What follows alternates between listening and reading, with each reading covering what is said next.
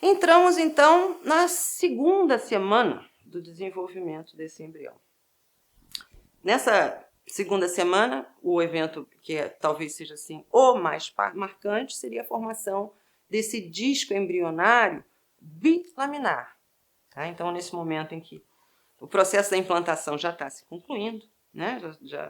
Já estamos avançando na implantação desse blastocisto, as alterações internas ao blastocisto, que determinam, inclusive, a diferenciação de células para assumirem funções, então, no desenvolvimento embrionário. Esse disco bilaminar que é formado, nós encontraremos, então, tecido, né, o desenvolvimento de células do epiblasto e do hipoblasto, além da formação de outras estruturas, né, estruturas que acompanham também o embrião, que são os anexos embrionários, como a cavidade amniótica, o âmnio, o saco vitelino, o pedúnculo da conexão do embrião, que vai dar origem depois ao cordão umbilical, e o próprio saco coriônico.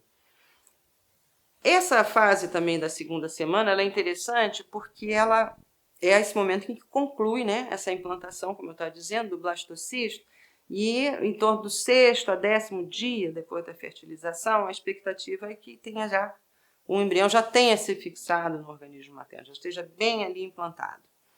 O tamanho real do embrião nesse momento é em torno de 0,1 milímetros, então assim, o tamanho de um ponto que a gente dá num texto que a gente está escrevendo, ponto final de uma frase, é o tamanho do embrião nessa fase.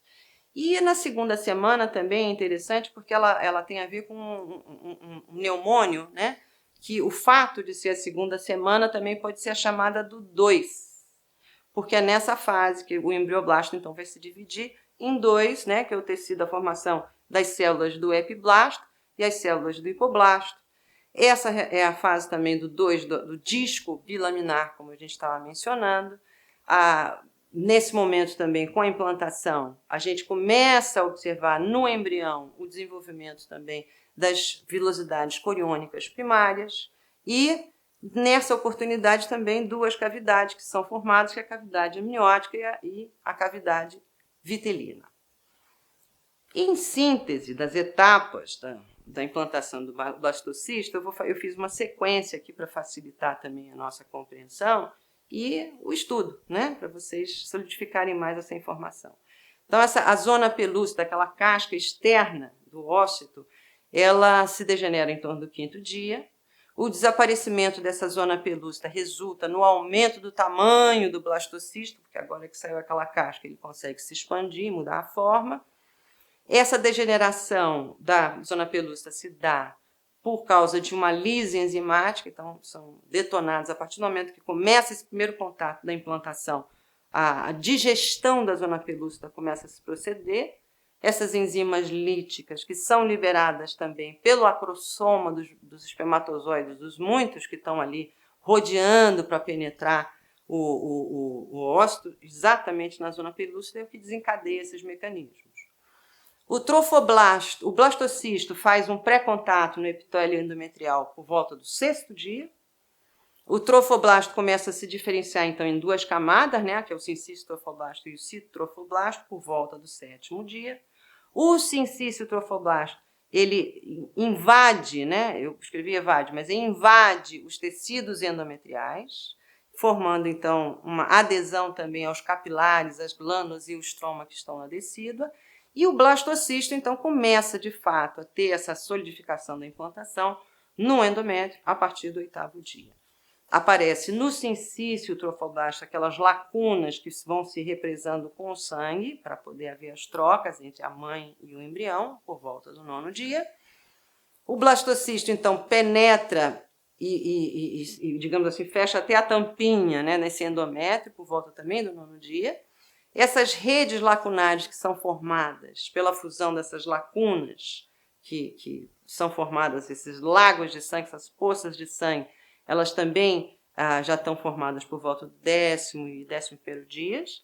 O sincício trofoblasto continua o seu trabalho na erosão, né, dos vasos endometriais, fazendo com que o sangue materno flua fora desses canais, dessas redes lacunares, e começa a se estabelecer um padrão de uma circulação primitiva, uma circulação útero-placentária. né, por volta de 11, 12 dias da fertilização.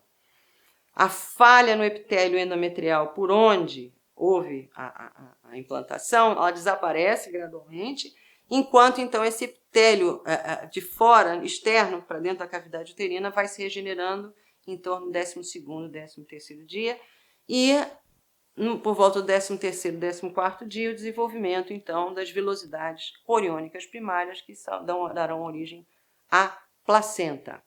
Quando nós falamos de receptividade endometrial, nós estamos frisando e dando esse destaque da importância que é esse momento do contato entre o embrião do zigoto fertilizado, né, com a própria local onde a gravidez vai se desenvolver dentro do útero. Então, a gravidez ela depende de vários fatores e envolve, em primeiro lugar, a qualidade, né, dos espermatozoides e dos óvulos. Quer dizer, os gametas têm que ter suficiente grau de desenvolvimento e de morfologia para poder cumprir essa finalidade. Então, para que o embrião seja saudável, primeiro temos que ter gametas saudáveis, mas também precisa de um útero materno que esteja receptivo para que o embrião, então, possa se instalar, se implantar corretamente.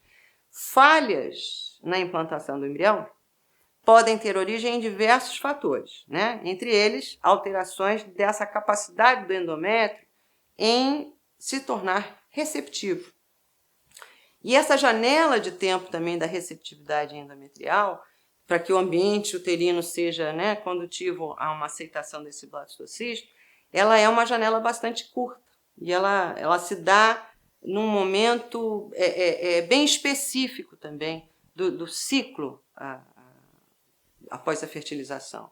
E muito, eu volto a destacar, muito do que a gente sabe hoje em dia tem a ver com apuros, né, com melhoramento das técnicas de fertilização assistida. Então, no caso da transferência do embrião, naquele momento da transferência de embrião, é quando os estudos sobre essa janela endometrial, quando ela se abre, se propuseram a avançar mais na ciência da compreensão dessa parte de embriogênese, né? Então, dados sobre a transferência de embriões nos ciclos em reprodução assistida sugerem que essa janela tem aproximadamente 4 dias. É um período bastante exíguo, né? Então, temos que considerar que todo esse processo de desenvolvimento para que haja, de fato, a existência de um embrião que se matura num feto é uma complexidade, uma dinâmica tão rica de fatores que podem ser intervenientes e que pode dar errado, que até nos surpreende quando, né, a coisa é bem sucedida, a tal a fragilidade da nossa espécie humana.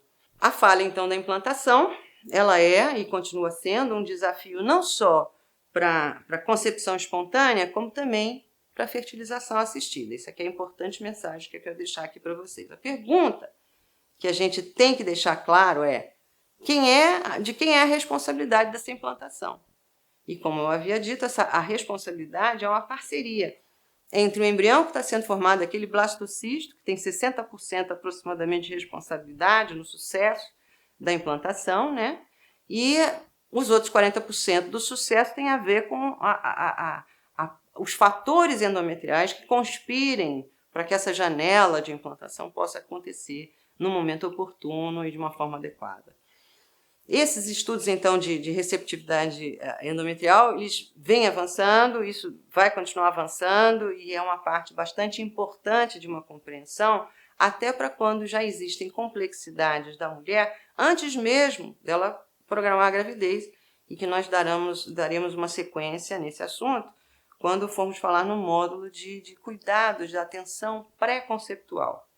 De toda forma, é importante lembrar que essa receptividade endometrial ela não é específica só do endométrio. Qualquer uma das estruturas teciduais do aparelho reprodutivo tem conexões e se comunicam e interferem no processo da implantação. Então, por exemplo, uma das coisas que atrapalha a receptividade endometrial são algumas condições ginecológicas até bastante benignas, mas, por exemplo, pacientes com hidrossalpinge, elas têm mais dificuldade da implantação desse embrião, principalmente quando a gente vai falar de técnicas de reprodução assistida, são um coorte de pacientes bastante grande, né, as obstruções tubárias, e essas mulheres têm especificidades também para essa janela da implantação. Muitas vezes ela é dificultada porque tem um hidrossalpinge, mecanismos de reação inflamatória locais que dificultam o endométrio a ser mais receptivo.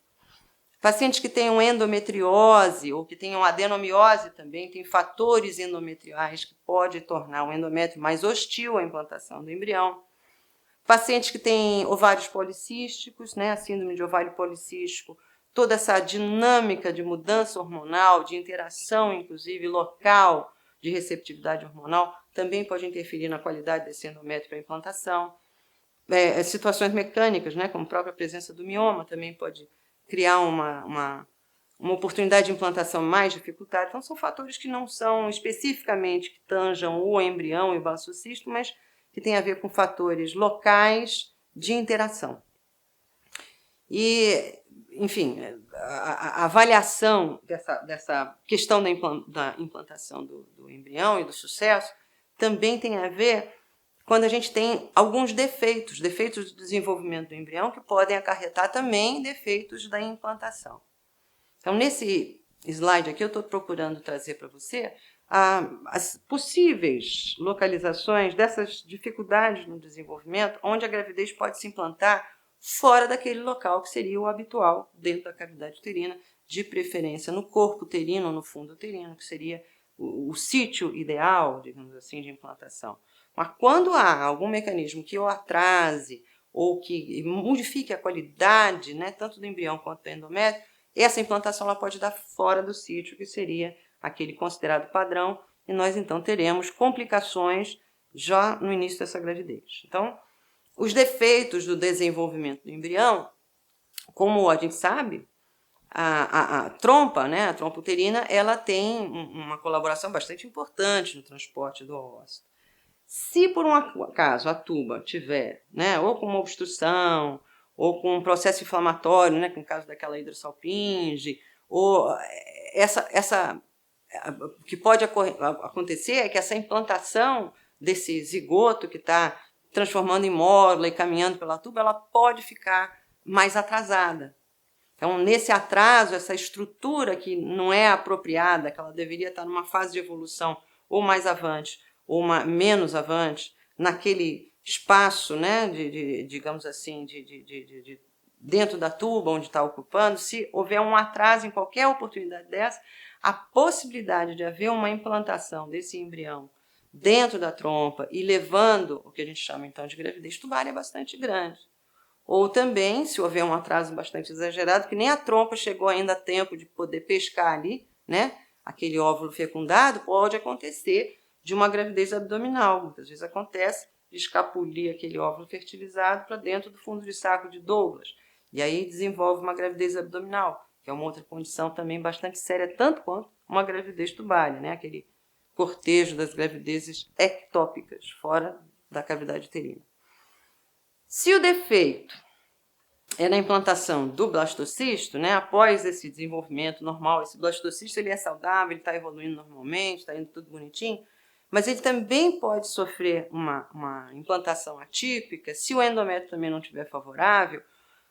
É como se escorregasse de dentro do útero e esse blastocisto ele pode ser implantado numa região, uma porção mais baixa, né, da estrutura uterina. Então pode acontecer, por exemplo, como a gente vê nesse diagrama também, nessa imagem, a implantação do blastocisto pode acontecer no colo do útero. Uma gravidez de implantação no colo do útero dá um trabalho também imenso.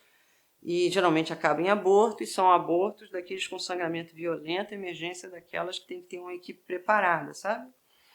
Pode acontecer também desse não chegar tão distante a ponto de adentrar, né, o próprio canal do colo uterino, pode ficar bem ao final, ali no orifício interno do útero, e acontecer o que a gente chama então de placenta prévia, uma implantação de placenta que ela é baixa, às vezes até pode ocluir a passagem, né, do canal de parto e acabar em cesariana. Então, esses são os desenvolvimentos anormais, tanto do embrião quanto um endométrio que não se desenvolve o suficiente para poder receber o embrião, pode acontecer essas anormalidades.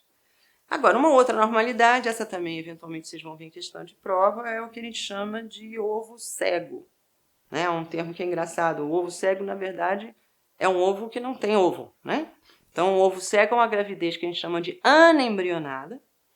Ela é o resultado da formação de um saco gestacional vazio. Normalmente a gente acaba vendo no ultrassom, né, a ausência do embrião. Então, a imagem do ultrassom que está se apresentando aí, vocês podem observar a diferença entre um ultrassom de uma gravidez de mesmo tempo de gravidez, uma com a gestação normal, com a presença do embrião, e a outra que você só observa a região do saco amniótico sem o embrião presente. Então, são situações que inexoravelmente acabam em aborto espontâneo. Geralmente, o ovo cego tem a ver com falhas genéticas, né? O desenvolvimento do embrião é que está comprometido, e situações que, às vezes, a resolução desse problema pode ser dada de uma forma bastante simples e ambulatorial. Nem sempre você precisa submeter a paciente a uma curetagem, né? Uma intervenção para expulsão, que muitas vezes acontece de uma forma bastante natural e espontânea. Só precisa do acompanhamento. Chegamos, então, à terceira semana do desenvolvimento desse embrião. E a terceira semana também ela é interessante porque ela tem especificidades ali que marcam, que determinam o que é aquilo que realmente coroa esse momento do terceira semana após a fertilização. É o aparecimento das principais estruturas que vão dar origem aos eixos corporais. Então, o aparecimento da linha primitiva, a formação da notocorda, a formação do tubo neural e a formação do que a gente chama, então, de disco trilaminar. Então, aqui eu já estou vendo um outro mnemônico aparecendo, né? Do 3. Agora, o destaque principal também, se cair alguma perguntinha de prova, outra questão que é muito importante lembrar na terceira semana, é que nessa oportunidade começa o processo da gastrulação.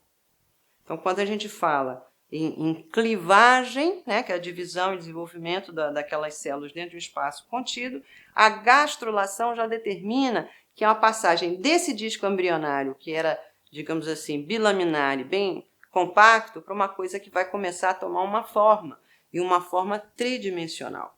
E a formação de 3 folhetos germinativos, a saber, o ectoderme, o endoderme e o mesoderme.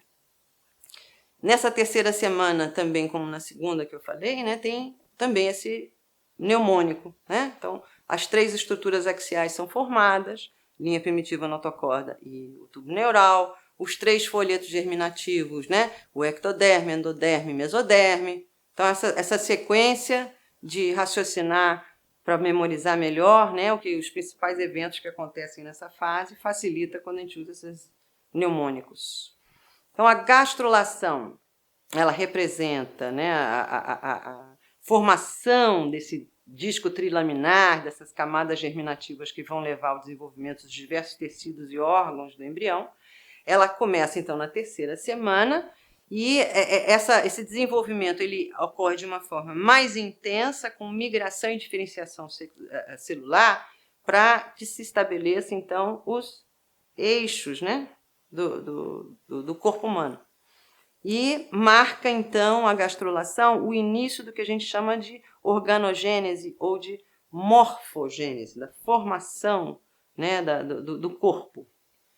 No início da terceira semana, a linha primitiva ela surge na extremidade caudal, como a gente pode observar nessa figura, e é o resultado da proliferação e da migração dessas células que foram formadas no epiblasto e que vão estar mediando, então, o disco embrionário e construindo esse primeiro sinal que vai deflagrar a gastrulação, a formação, então, daquele disco trilaminar que a gente estava falando.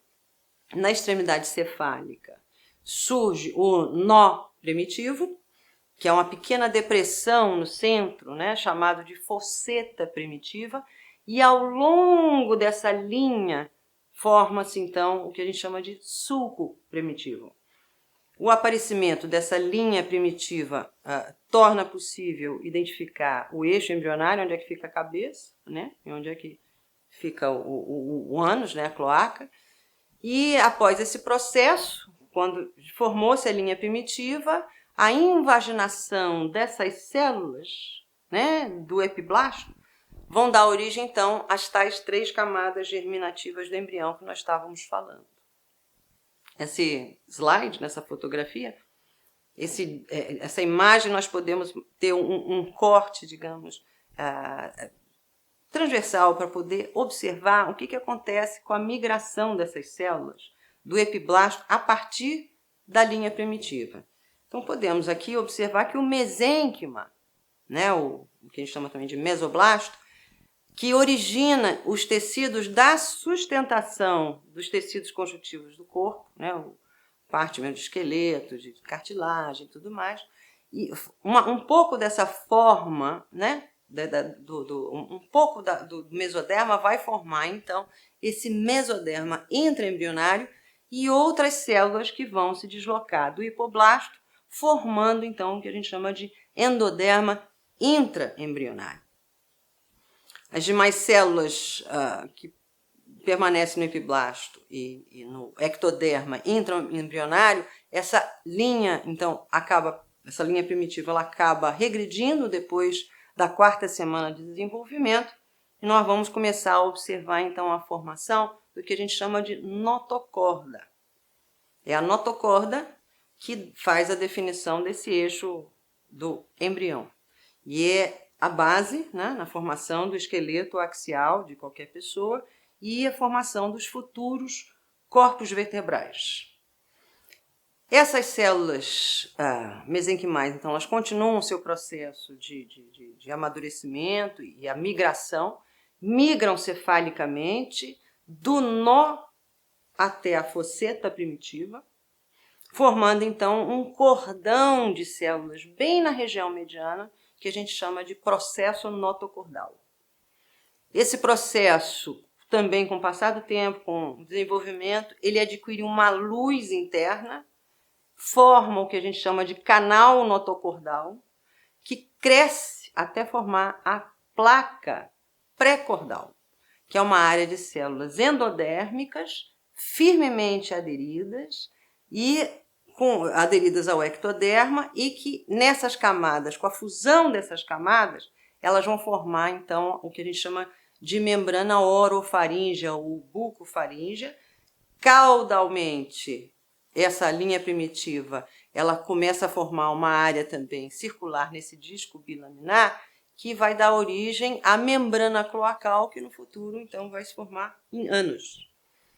A notocorda, então, ela surge pela formação desse bastão celular, nesse processo notocordal, e o assoalho do processo notocordal, ele fundido com um endoderma que depois se degenera. E, nesse processo, ocorre a proliferação das células notocordais a partir da extremidade cefálica, se dobrando, né, para então formar o que a gente chama de notocorda. A neurulação, que seria um outro processo, né, com desenvolvimento também do sistema nervoso central, ela começa a acontecer por volta do 18º dia após a fertilização. Então, essa placa neural também, que ela está naquele, digamos assim, 2D, né? Agora ela vai começar a se desenvolver no sentido de formar uma estrutura mais 3D. Então, essa placa neural, ela se invagina, formando o que a gente chama de sulco neural, que é um sulco neural bem no meio, né, da onde está formando o embrião, e essas pregas neurais que estão aparecendo do lado também, que vão ter uma finalidade no desenvolvimento do sistema nervoso periférico. No fim da 3ª semana, as pregas neurais começam a se aproximar e a se fundir também, e formando o que a gente chama, então, desse tubo neural primitivo, que é o primórdio do nosso sistema nervoso central. A placa neural, ela aparece inicialmente como um espessamento dessa linha média, né, no ectoderma embrionário, numa posição mais cefálica ao nó primitivo, né, vai dar origem depois ao encéfalo. Essa placa neural, ela é formada no desenvolvimento dessa notocorda, né, e do adesão, da fusão com o mesênquima, que ele é adjacente. Esse sulco neural longitudinal, né, que está se formando na placa neural, esse sulco neural ele acaba sendo também lateralizado, formando pregas neurais também laterais, que depois vão se fundir e se juntar para darem origem ao que a gente chama então de tubo neural. E o desenvolvimento dessa placa neural e do dobramento para formar o tubo neural é o que a gente chama então de neurulação. Na formação também da crista neural, podemos ver aqui nesse diapositivo, nessa imagem, essas pregas neurais elas vão então acabar formando também o tubo neural, que são células neuroectodérmicas que migram para construírem então o que a gente chama de crista neural, que se localiza entre o ectoderma superficial e o tubo neural. Essa crista neural, ela logo se divide e forma duas massas, digamos assim, que vão dar origem aos gânglios sensitivos e aos nervos cranianos e aos nervos espinhares. As células da crista neural, elas também vão dar origem a diversas outras estruturas do nosso sistema nervoso periférico. Nessa imagem, também procurando fazer uma imagem que é um diagrama, né, com uma imagem de microscopia e uma outra de microscopia eletrônica, para mostrar a comparação, para a gente poder ter uma noção mais espacial, né, da fase que esse embrião está. Então, nesse momento da fusão do tubo neural até ela estar completa, essas extremidades cefálica e caudal do tubo neural, elas se comunicam, né, através de uma cavidade amniótica com o aparecimento de neuroporos. Então, aparece um neuroporo anterior na região cranial e um neuroporo posterior na região caudal. O fechamento desses neuroporos anterior e posterior acontece em torno de 25 dias do desenvolvimento após a fertilização. O neuroporo posterior acontece um pouquinho mais tarde, enquanto o anterior com 25 dias, o posterior, em geral, com 28 dias. E essa neurulação, esse processo, né, do sistema nervoso primitivo, então é completada para poder, então, acabar amadurecendo até formar o sistema nervoso central à medida que o embrião entra na vida fetal. Essa figura que nós estamos aqui analisando, ela representa esse momento do fechamento dessa estrutura, né, que é a formação de um polo cefálico que vai dar origem ao cérebro, né, a região encefálica, e através de algumas modificações dessa estrutura, as demais estruturas que compõem o sistema nervoso central, o cerebelo, a ponte, todas as demais estruturas, até formar essa porção mais mediana, né, da medula espinhal até a porção caudal. Então, é a direção formação desse eixo, né, de formação do sistema nervoso central. Esse esquema agora, na formação dos sômitos, a gente mostra o que a gente chama de somatização, né? A formação das próprias estruturas de dentro da cavidade abdominal. Então, na imagem ali no A, a gente vê uma visão mais assim, de uma vista dorsal do embrião, nesse corte, né? E foi retirado o âmnio para a gente observar direitinho a presença de todas as estruturas então formadas, da prega neural, do sulco neural, o nó primitivo. E em B a gente vê um corte já transversal, mostrando então já o aparecimento dos sômitos mais laterais ali à região do notocorda. Próximo ao fim, né, da terceira semana do desenvolvimento desse embrião, o mesoderma intraembrionário para-axial, ele vai se diferenciando, vai se condensando e começa então a dividir-se nesses corpos que vão dar origem aos sômitos, né? Como se fossem grupamentos de células que se juntam de uma forma pareada, né? Simétrica, formando então essa sequência que vai desde a parte mais anterior, na região cefálica, até a região caudal. Esses sômitos eles são localizados em cada lado do tubo neural, e vão dar origem à maior parte do esqueleto axial, né, a musculatura que vem associada também ao esqueleto, assim como vão dar origem também à derme e à pele adjacente. Então, esses sômitos, resumindo, eles são elevações que se destacam na superfície desse embrião e podem também ser utilizados, né, como um dos critérios para a gente determinar a idade do embrião. Então, nessa tabelinha que ele está apresentando aqui a seguir, né, o número de sômitos, ele mais ou menos corresponde ao período, né, a idade aproximada em dias de vida daquele embrião. Então, quando você tem de 1 a 4 sômitos, o embrião tem em torno de 20 dias, 4 a 7, 21, e assim por diante, até chegar em torno de 34 a 35 sômitos, por volta dos 30 dias depois da fertilização. O primeiro par de sômitos, eles têm origem na região occipital do embrião, e daí os novos sômitos, né, que vão aparecendo numa velocidade bastante rápida, como a gente viu naquela tabela, e ao final da 5ª semana, pode chegar então aos 42, 44 pares de sômitos que estarão presentes, mas nem todos esses vão estar existindo até o final desse período embrionário, né? Que esses 4 pares occipitais vão formar 8 pares cervicais, 12 torácicos, 5 lombares, 8 a 10 coxígenos. Esses primeiros pares da região occipital e os últimos pares de sômitos que vão mais para a região caudal, em torno de 5 a 7 pares finais, eles acabam desaparecendo e virando um remanescente do nosso esqueleto axial também. O celoma, né, que vai formar também a cavidade interna, nessa figura aqui a gente está observando alguns aspectos na formação do celoma que são importantes, que nessa cavidade geral, né, está se formando para a formação do corpo. A imagem mostra esse corte mais transversal do embrião, mostrando essa diferenciação na evolução do mesoderma, nas suas porções paraxial intermediária e a região lateral e a formação do celoma nas diferentes fases embrionárias. Então, por exemplo, nessa imagem, né, na figura a gente observa então as primeiras cavidades intercelulares já se formando.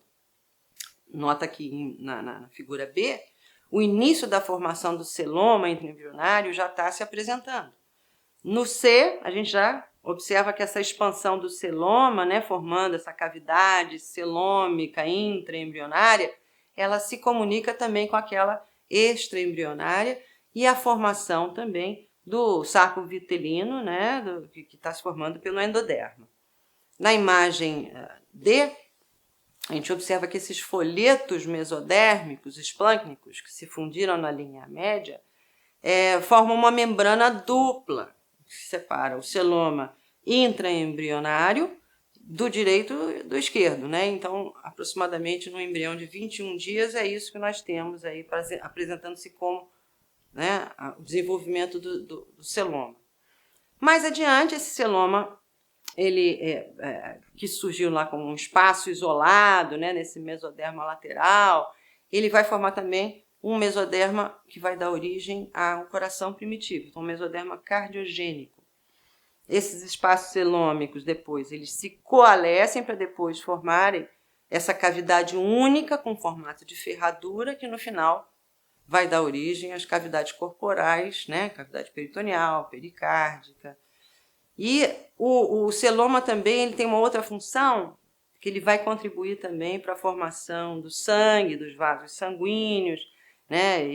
Enfim, o desenvolvimento do embrião, que vai também ter esse aporte desses tecidos que têm origem no celoma. No sistema cardiovascular, também nesse primeiro momento de desenvolvimento do sistema cardiovascular, ele é importante porque é o primeiro sistema que precisa funcionar, né, para o embrião. A necessidade que o embrião tem, inclusive, de se tornar autossuficiente na captação do oxigênio e da eliminação de resíduos, né, de qualquer que seja o resíduo, tanto do metabolismo como também da própria oxigenação do sangue.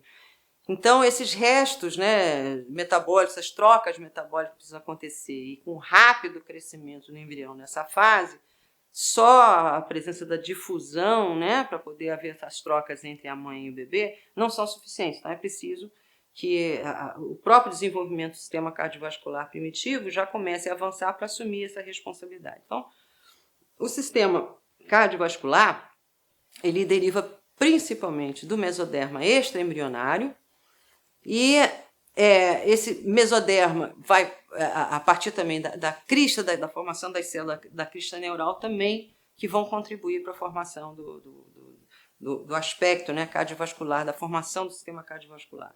O primórdio, o coração primordial mesmo, ele já é observado a partir do 18º dia depois da fertilização, e ele se apresenta como se fosse uma protuberância na região anterior da membrana orofaríngea, que, né, se origina lá naquela placa pré-cordal, e a formação, então, de 2 cordões angioblásticos laterais, que nós vamos observar aqui. Nessa imagem do coração primitivo, a gente já começa a observar ali a formação de um coração mais tubular, né? Então, já começa a tomar uma dimensão, uma conformação mais 3D. Então, esses cordões angioblásticos, eles se canalizam, formam esses tubos endocárdicos, né? E o coração, então, começa a se aproximar de fazer, então, esse dobramento lateral no plano horizontal para poder tomar aquele formato, né, em 3 dimensões que a gente já está acostumado a ver. Então, essa fusão de uma extremidade cefálica e a outra caudal, né? Esse dobramento resulta, então, num tubo cardíaco único, que a gente chama de coração tubular ou coração primitivo. Então, nessa fase aqui da evolução também da formação do coração, o miocárdio primitivo, que também é derivado do mesoderma extraembrionário, circunda a cavidade pericárdica, como a gente está podendo ver nessa imagem, e vai dar origem, então, à parede muscular, né, do coração, que a gente chama de miocárdio. O pericárdio visceral, ele é derivado das células mesoteliais, né, da superfície externa do seio venoso, e se espalham sobre o miocárdio, cobrindo ele como um todo. Então, nessa imagem aqui que nós podemos observar um corte, né, transverso também desse coração, nesse corte transversal, as camadas da parede cardíaca já estão aparentes, né? A gente pode observar, por exemplo, como o coração já está se alongando, né, se dobrando, tomando aquele formato que a gente conhece de coração, com uma cavidade oca, e gradualmente também a função da cavidade pericárdica vai assumindo a sua potência. O coração, então, inicialmente, ele fica suspenso ali por um mesocárdio dorsal, digamos assim, que logo vai se degenerar, formando, então, a comunicação entre o coração direito, né, e a cavidade esquerda e a cavidade pericárdica.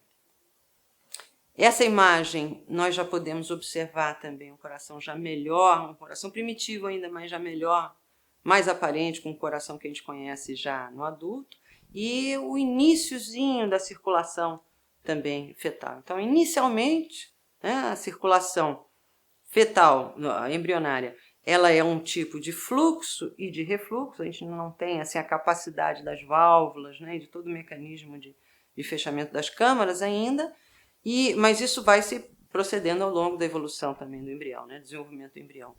Enfim, esse coração aqui nós estamos mostrando em torno da 4ª semana, e as setas estão mostrando ali o fluxo que se torna mais unidirecional a partir do momento que começam, então, as contrações coordenadas do coração naquele miométrio recém-formado. O sangue, então, ele chega pelo seio venoso, passa pelo átrio primitivo, caminha em direção ao canal átrio-ventricular, ventrículo primitivo, o bulbo cardíaco, o tronco arterioso, depois se abre no arco aórtico, né, passando então a ganhar a aorta dorsal. Aproximadamente entre a 4ª semana, né, e a 5ª e o final da 5ª semana, é que vai finalmente acontecer então a septação do coração primitivo, formando então as nossas 4 câmaras cardíacas.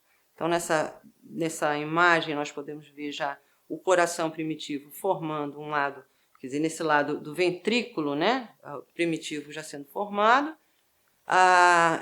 E nesse corte a gente já pode também observar, né, as setas já estão indicando qual é a direção que o sangue está tomando, o fluxo de sangue. Na figura A, por exemplo, a gente já começa a observar os coxins endocárdicos, né, ventral e dorsal, que depois de fusionados, eles vão dar origem também às válvulas que separam essas câmaras atrioventriculares. E chegamos, então, à 4ª à 8ª semana, que a gente considera como sendo uma fase bastante diversificada. Primeiro, pela intensidade de eventos que acontecem nesse período, né, a formação e desenvolvimento bem mais acelerado dos órgãos, e a gente dá o nome dessa fase de organogênese.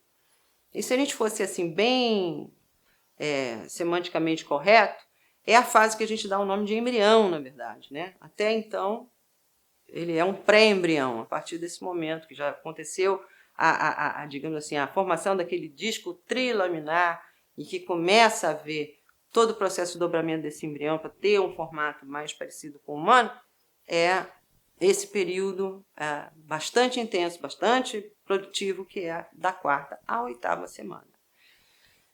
Mas, resumindo, né, didaticamente, esse período ele pode ser dividido em 3 fases, essencialmente, são as fases do desenvolvimento embrionário, que a gente vai fazer mesmo aqui a síntese desse momento que é tão rico. Então, o desenvolvimento embrionário ele pode ser dividido em crescimento, que é a fase da divisão celular muito rápida, né? Morfogênese, que é esse período que a gente está conversando agora, com o desenvolvimento da forma, do tamanho, as outras características, né, dos órgãos que fazem parte do nosso corpo. Esse período também envolve alterações que são complexas e o movimento das células possibilita a interação entre as mesmas durante a formação de tecidos e órgãos. É um processo molecular complexo, controlado pela expressão e regulação também dos genes específicos, né, e de uma sequência ordenada de eventos que se processa nesse momento. E a terceira e última fase, que é a fase de diferenciação, que seria a fase já da vida fetal, onde a maturação desses processos fisiológicos ela acontece também de uma forma mais evidente. O término resulta na organização dessas células em um padrão preciso de tecidos e órgãos que são capazes de executar funções especializadas.